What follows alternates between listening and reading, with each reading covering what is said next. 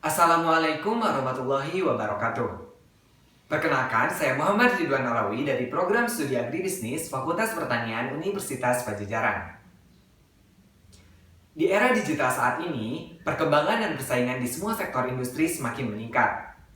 Hal ini tentunya menuntut para perusahaan untuk semakin kreatif dalam menjalankan usahanya.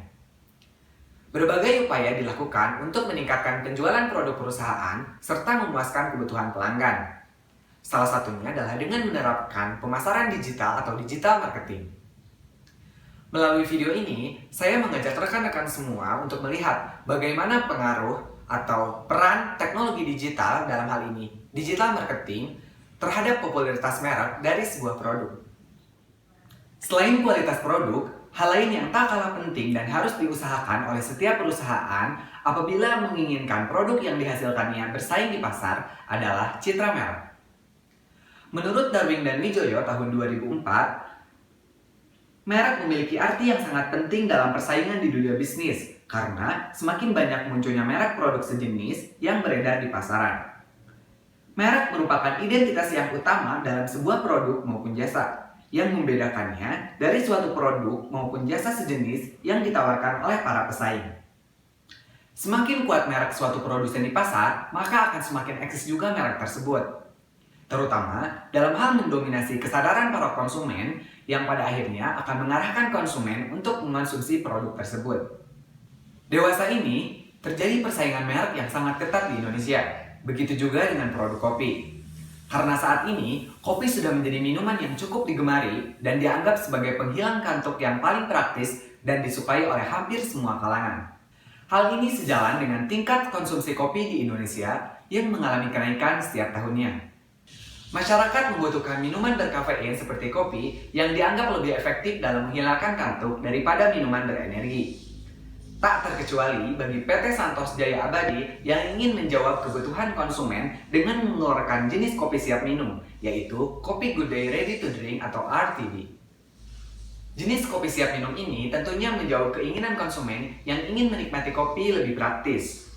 Dengan kemudahan tersebut, konsumen akan dapat menikmati kopi dimanapun dan kapanpun tanpa perlu menyeduh kopi secara manual. Good Day sendiri merupakan kopi yang diproduksi oleh PT Santos Jaya Abadi sejak awal tahun 2001. Hingga saat ini, Good Day telah mengeluarkan banyak varian rasa dan kemasan. Di antaranya ada dalam kemasan botol, kemasan kotak siap minum, dan juga tersedia dalam kemasan sachet. Sejak awal kemunculannya, kopi Good Day dikenal oleh banyak masyarakat dengan tagline "Karena hidup banyak rasa", yang mencerminkan banyaknya rasa dari kopi tersebut. Image tersebut menjadikan kopi Good Day lebih mudah dikenal oleh seluruh lapisan masyarakat.